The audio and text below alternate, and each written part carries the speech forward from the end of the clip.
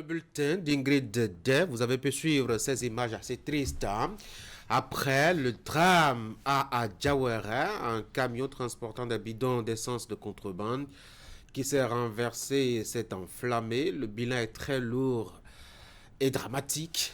3 personnes mortes calcinées, une série emportée, la façade d'une maison calcinée aussi, le camion entièrement calciné. Bref, c'est des images assez insoutenables, nées justement de ce phénomène-là, la commercialisation des produits pétroliers de contrebande, notamment de l'essence.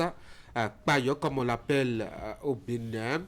Pourquoi est-ce que depuis des décennies, le phénomène continue, malgré justement la ferme volonté des gouvernements successifs d'y mettre fin?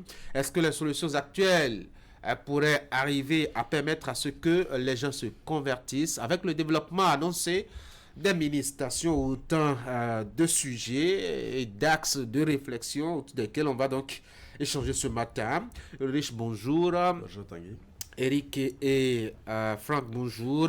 Bonjour Tanguy. Ce genre de drame dont j'ai parlé tout à l'heure, c'est devenu presque quotidien, des explosions de camions ou de lieux d'exposition d'essence de contrebande avec à la clé et toujours, ma foi, des pertes énormes en vie humaine. Le dernier cas en date, c'est celui que j'ai évoqué tout à l'heure, pardon.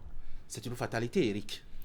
Oui, et je pense qu'après cette description que vous venez de faire, il faut se rendre à l'évidence que l'État montre toute son impuissance à réguler un secteur qui nous crée justement à chaque incident des victimes. Et on se pose la question, jusqu'à quand est-ce qu'il faudra encore attendre qu'un autre cas se produise dans une de nos localités, n'est-ce pas, avant de remettre encore cette problématique sur le tapis. C'est vrai, il y a eu quelques étincelles d'action pour essayer de régulariser un peu ce secteur. Nous avons vu des mini-stations qu'on nous a installées dans l'optique d'amener ces acteurs de l'informel vers une activité formelle et plus organisée. On se rend compte que ceci n'a pas suffisamment touché l'esprit des différents acteurs de ce secteur. Je pense qu'il y a aujourd'hui une forme de complicité, justement, entre les acteurs qui doivent de façon rigoureuse mettre un terme à cette pratique, à cette façon de transporter l'essence frelatée, à cette façon de manipuler ce liquide. Le cas que vous avez évoqué, c'est justement dans un processus de transport de ce produit que c'est arrivé. Et donc, et on peut évoquer d'autres cas où justement, soit dans la manipulation ou dans le transport, eh bien, une étincelle suffit pour que tout s'embrase et pour que nous ayons véritablement des dégâts. Et donc, le problème, nous le connaissons, c'est connu de tout le monde, mais je pense que on n'arrive pas encore véritablement à prendre la décision justement qu'il faut. Pour quelles raisons? Je ne sais pas, politique, les intérêts, puisque justement, il faut l'avouer, c'est un secteur où on embrasse vraiment beaucoup d'argent. Nous avons dans ce secteur des acteurs politiques qui ont des parrains et qui justement ont des liens avec ce milieu. Est-ce que c'est ça qui constitue véritablement un obstacle à aller vers une action rigoureuse? En tout cas, on se pose la question et on finit par dire, est-ce que la vie des Béninois que nous voyons disparaître dans ce genre de situation n'a pas d'importance pour nos autorités, à l'effet véritablement de mettre un choc, un terme à cette pratique, un peu comme nous l'avons remarqué dans le port de casque. Nous avons vu comment on a mobilisé tous les commissariats, tous les policiers, justement, pour nous amener à porter le casque, au nom de ce que l'État se préoccupe de la vie des citoyens. Mais ici, est-ce que la vie des citoyens n'a pas le même prix pour ceux qui portent le casque? Je me pose des questions. Eric, comment est-ce qu'on n'arrive pas, on dirait que c'est une fatalité, pourquoi est-ce qu'on n'arrive pas justement à faire arrêter le phénomène?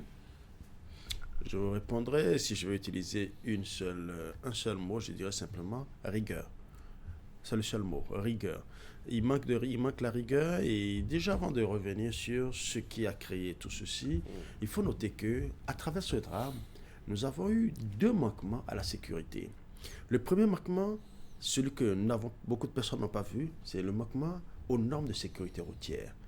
Un camion n'est pas censé se coucher, n'est pas censé tomber. Qu'est-ce qui s'est passé entre-temps pour que ce camion tombe? Ça veut dire que quelque part, c'est ce que je veux faire comprendre. C'est-à-dire que quand toutes les normes de sécurité sont requises et que l'on roule dans des conditions données, on ne peut pas atteindre, on ne peut pas avoir ce résultat. Donc, quelque part, déjà, il y a certainement défectuosité du véhicule, dans son ensemble ou partiellement.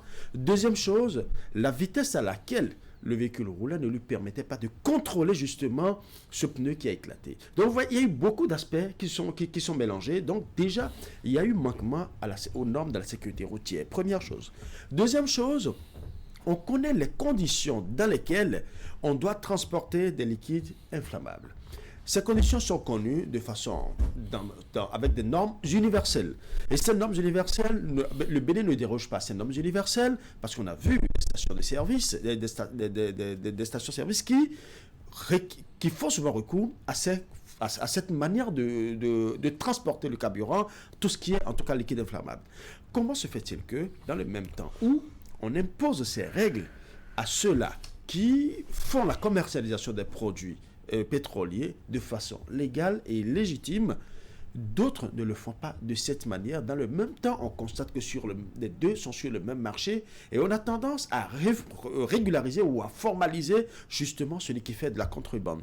Donc, quelque part, je reviens encore sur ce que je viens de dire, c'est un manque de rigueur total. Manque de rigueur, d'abord, sur le tronçon de transport. Si aujourd'hui, la police républicaine reçoit les conditions, ou du moins les consignes fermes pour que plus jamais les camions ou les véhicules bâchés, les tricycles, ainsi de suite, les motos encore plus, parce que nous avons vu également ces bombes à retardement qui circulent avec nous. Ils ont besoin de consignes? Non, ils n'ont pas besoin de consignes, mais vous voyez, ceux qui transportent en réalité. Aujourd'hui, vous avez vu, nous allons revenir là-dessus tout à l'heure, vous allez remarquer que les gros transporteurs aujourd'hui font souvent allégeance aujourd'hui à des gros partis. Et c'est que maintenant, on politise ce qui met la vie des populations en danger. On ne peut pas les exclure de la politique. On ne peut pas les exclure de la politique. Ils sont libres de militer dans un parti ou dans un autre. Il faut faire en sorte que ce n'est pas parce qu'on fait des activités données qu'il faut aller se cacher derrière des partis politiques. Ah non, ça, c'est des interprétations que vous faites. Non, je n'en fais aucune interprétation.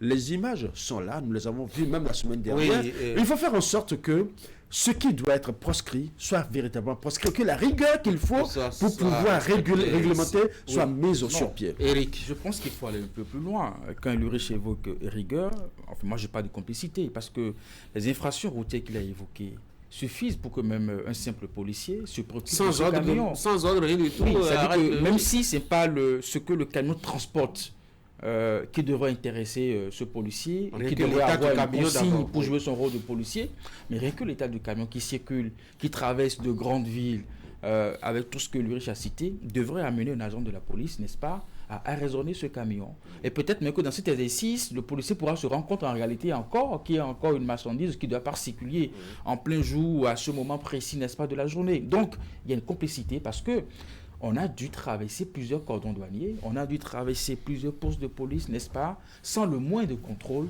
et le résultat est là.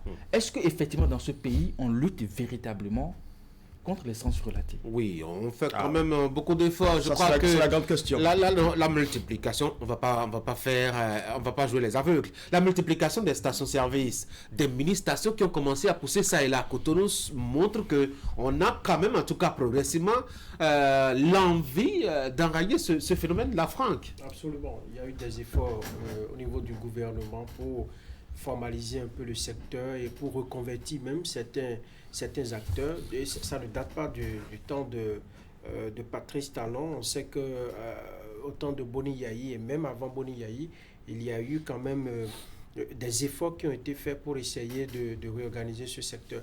D'ailleurs, les mini-stations que vous évoquez commencent par fonctionner. Moi, dans certaines zones où il y avait une certaine proximité avec les populations riveraines, aujourd'hui, les mini-stations sont là.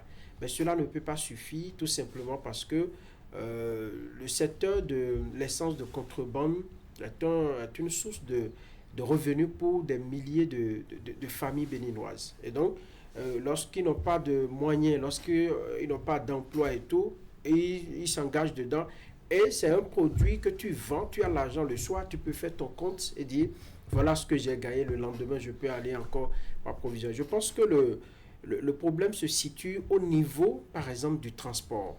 Si l'État béninois arrive à contrôler et à, disons, trouver les moyens pour permettre aux acteurs du secteur de pouvoir transporter en toute sécurité leurs produits, je pense que le problème ne devrait pas se poser.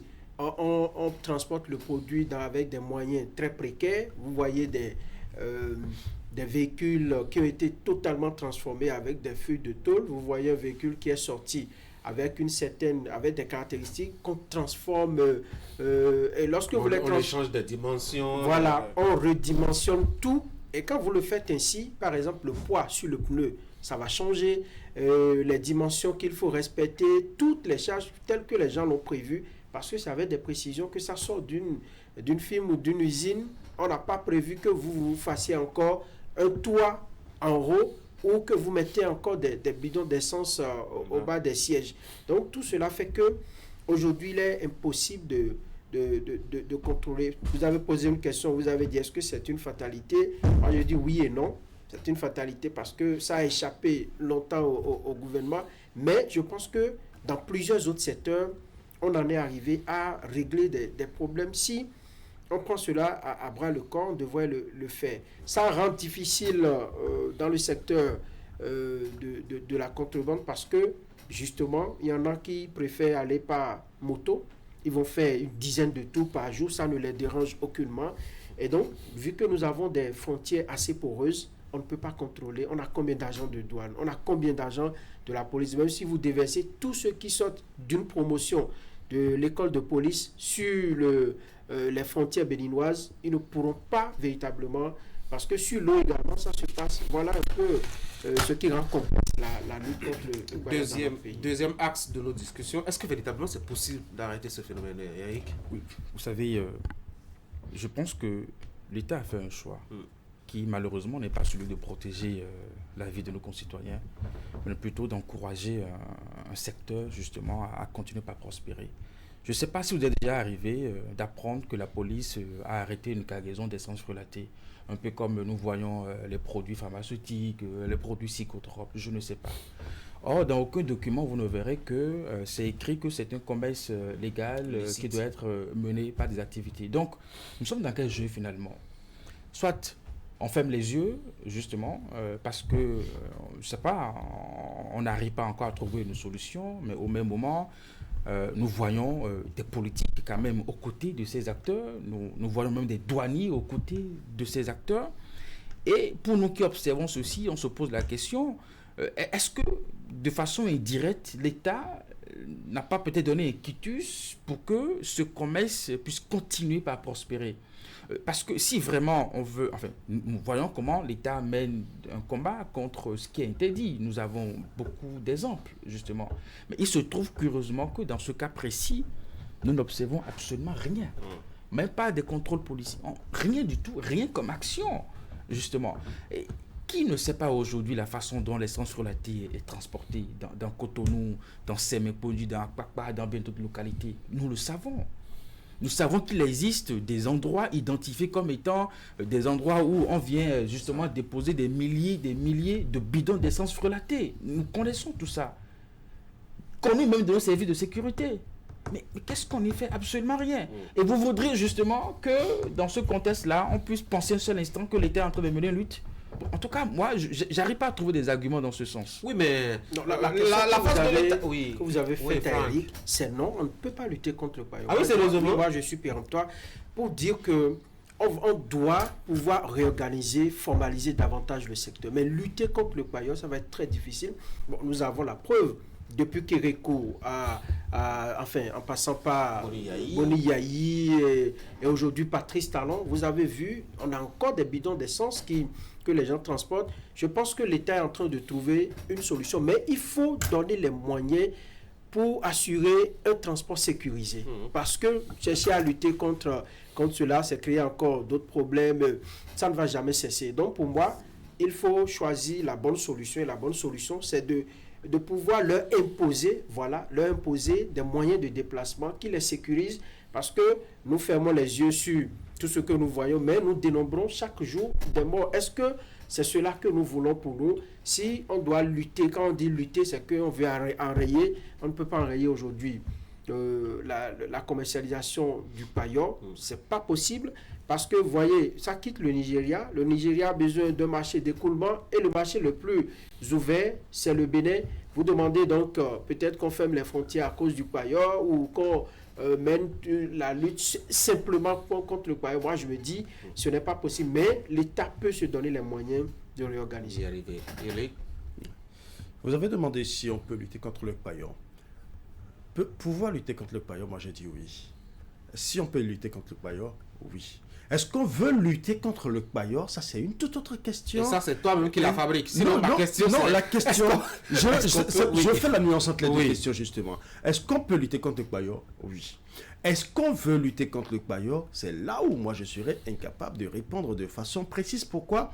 Pouvoir lutter contre le paillon? Oui, parce que il y a des dispositions qu'on peut prendre. Il y a des mesures qu'on peut prendre. Il suffit de le vouloir. Et c'est là où je reviens à la deuxième question en demandant, est-ce qu'on veut lutter contre le paillon? Nous avons vu le gouvernement béninois prendre des dispositions. Il y a eu, c'est vrai, Franck l'a dit tout à l'heure, il y a eu des mandats qui ont précédé, qui ont essayé de faire la chose, mais ça n'a pas marché. Mais depuis un certain temps, nous avons vu que non seulement...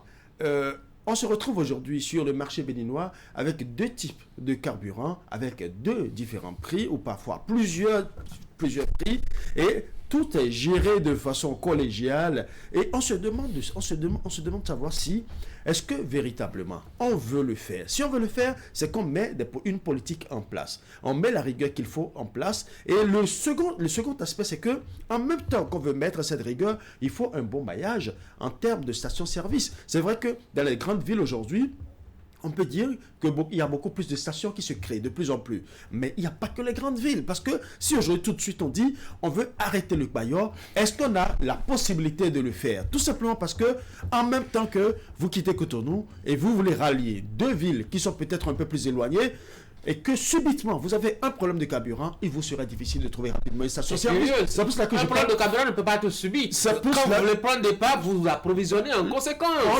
On le sait, mais il arrive un moment où vous avez des stations-service qui ne vous approvisionnent pas parce que ces stations-service n'ont pas conséquemment la quantité qu'il faut pour pouvoir desservir les populations. Vous allez à la station-service, vous connaissez le fameux doigt, on vous fait ça. On vous dit qu'il n'y en a pas. C'est pour faire comprendre déjà qu'il faut un bon maillage des stations-service sur l'ensemble du territoire national, qui est l'approvisionnement conséquente. La troisième chose, c'est de faire en sorte aussi, on a essayé de le faire actuellement en nous installant ces petits cubes, ces cubes-là, ces cubes de services, de mini-services.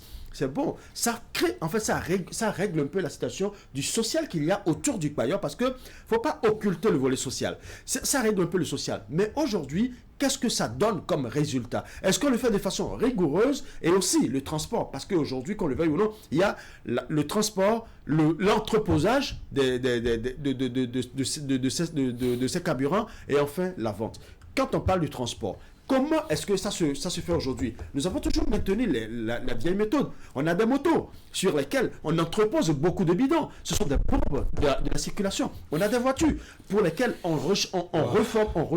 forme à nouveau le réservoir. Un réservoir peut-être de 50 litres qui devient un réservoir de 150 litres. Et qu'est-ce que vous voulez? C'est une bombe qui est en train de circuler au beau milieu de la ville. Et quand ça pète, vous voyez le nombre de personnes qui partent avec. Donc il y a le transport.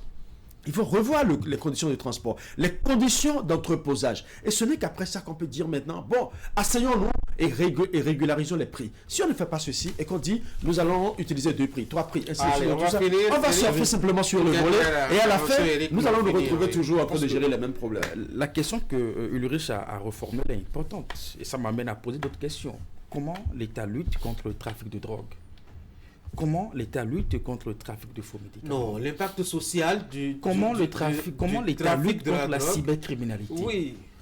Vous êtes d'accord que l'État a trouvé les moyens de lutter contre ces vices dans notre environnement, justement. Alors, est-ce que ici, sur la base de ce que Franck a évoqué, l'État ne peut pas lutter contre le trafic d'essence frelatée parce qu'il n'en a pas les moyens Non, à ou cause parce du qu'il volet- tire un profit. Oui, non, à cause du volet social. C'est des milliers de jeunes qui Vous avez une trouvent- idée de combien de personnes qui sont trouvent une nourrissent du occupation. faux médicaments? qui, Vous avez une idée? Même la bonne dame dans la rue trouve son gagne-pain dans les faux médicaments. Mais pourtant, nous savons que ça agit sur la santé de tout le monde. Donc, je pense que si on pense que l'État ne peut pas lutter contre ce trafic, c'est qu'on demande à l'État de démissionner et d'engager la vie de nos Oui, concitoyens il à est subir les impuissant, conséquences. les acteurs aussi, parce que moi, à subir les conséquences de tout j'ai ça. écouté le président de leur association qui a mis tout sur le compte de Dieu. Il dit, bon, si Dieu veut, qu'est-ce que eux là, ils peuvent? Mais ils peuvent beaucoup. Et il faudrait que chacun puisse porter la responsabilité de ce qui se passe dans ce secteur. Lorsqu'il me dit, par exemple, il arrive que les gens meurent, ben, si c'est la volonté de Dieu, et on remet tout à Dieu. On sait que lorsque vous voulez entreposer cela, il ne faut pas le faire dans une agglomération. Même si vous le faites, il faut prendre des mesures véritablement corsées pour que cela ne puisse pas s'échapper. Mais lorsqu'on dit, bon, c'est la volonté de Dieu, on ne peut rien. Je pense que l'État est impuissant et les acteurs également ne prennent pas suffisamment la mesure de ce que ça constitue un danger. Mais c'est le profit seulement qu'on vise. On se dit, on n'a pas d'emploi, on ne peut rien, allons dans ce secteur-là. Au moins, si tout au Si moins, l'État avait si garanti tout au moins, les on peut commencer conditions, même par... beaucoup n'iraient pas Si là-bas. tout au moins, on peut même commencer par demander à ces acteurs de payer le prix de ce qu'ils causent comme désagrément. Comme dommage. Quand on prend l'exemple, par exemple, de ce qui s'est passé, si on arrive à mener une enquête, à identifier le promoteur, n'est-ce pas, et on le soumet devant la loi, sur tout ce que ce trafic qu'il a engendré a causé, tout au moins ça. Au moins une responsabilité morale. Est-ce que ça ne va pas être un début? Ce qui est curieux, Parce c'est que quand c'est- j'entends ce qu'un responsable de ce trafic dit, et remet tout dans la main de Dieu, ça montre vraiment Merci à quel beaucoup niveau à vous, chers on n'a messieurs, pas compris, quoi. pour les contributions de ce matin. Je vous souhaite de passer une très bonne journée. Mesdames et messieurs, c'est la fin de cette émission. Merci d'avoir été là. Je vous propose de suivre la revue de presse tout de suite. Et on va se voir demain matin à partir de 7h.